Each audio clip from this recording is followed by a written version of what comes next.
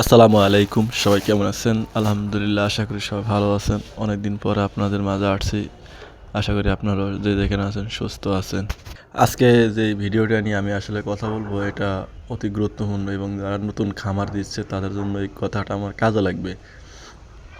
তো আমাদের এই গরুগুলা প্রেগনেন্ট, এখন প্রায় 8 মাস, 8.5 মাস চলে। তো এগুলো আব্বু আমাদের উপরের ঘর থেকে নিচের ঘরে নিয়ে আসছে।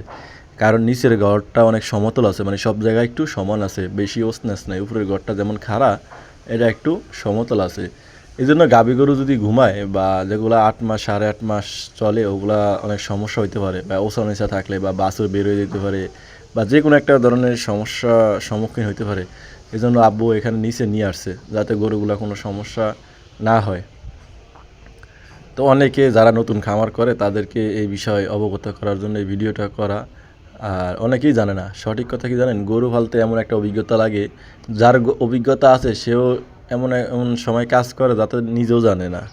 এজন্য যারা গাভী গরু পালবেন, অবশ্যই 8 মাস, 7.5 মাস বা 8.5 মাসের দিকে খুব কেয়ারিং এবার খেয়াল রাখবেন, যাতে আপনার গরুগুলা যে কোনো সমস্যা না হয়। গোসল পানি, খাওয়া দাওয়া। আর আমাদের এই গরুগুলো তো যখন গর্ভবতী থাকে বা এখন পর্যাপ্ত পরিমাণ ঘাস দেওয়া থাকে, মানে যতক্ষণ মন চায় ওরা খায়। আর আমার আব্বু তো আল্লাহর রহমতে এগুলো সব ঘাসের উপরেই পালে, ঘাস ছাড়া কিছুই খাবে না, ঠিক আছে, শুধু ঘাস।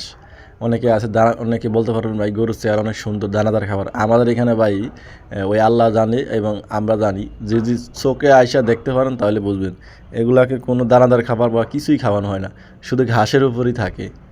আমার আব্বা 12 মাসের 8 মাস ঘাস খাওয়ায়, কমপক্ষে 8 মাসের বেশি ঘাস খাওয়ায়, কারণ আমাদের বাজাল করে, ঘাস শেষের পরে বাজাল করে, আবার কুড়ার লাগে বাজাল দিয়ে খাওয়ায়, কুড়া যদি খাওয়ায় তো ওরকম খাওয়ায়। তো গাভী গরুর আপনারা খুব যত্ন নেবেন, যাতে কোনো সমস্যার সম্মুখীন না হয়।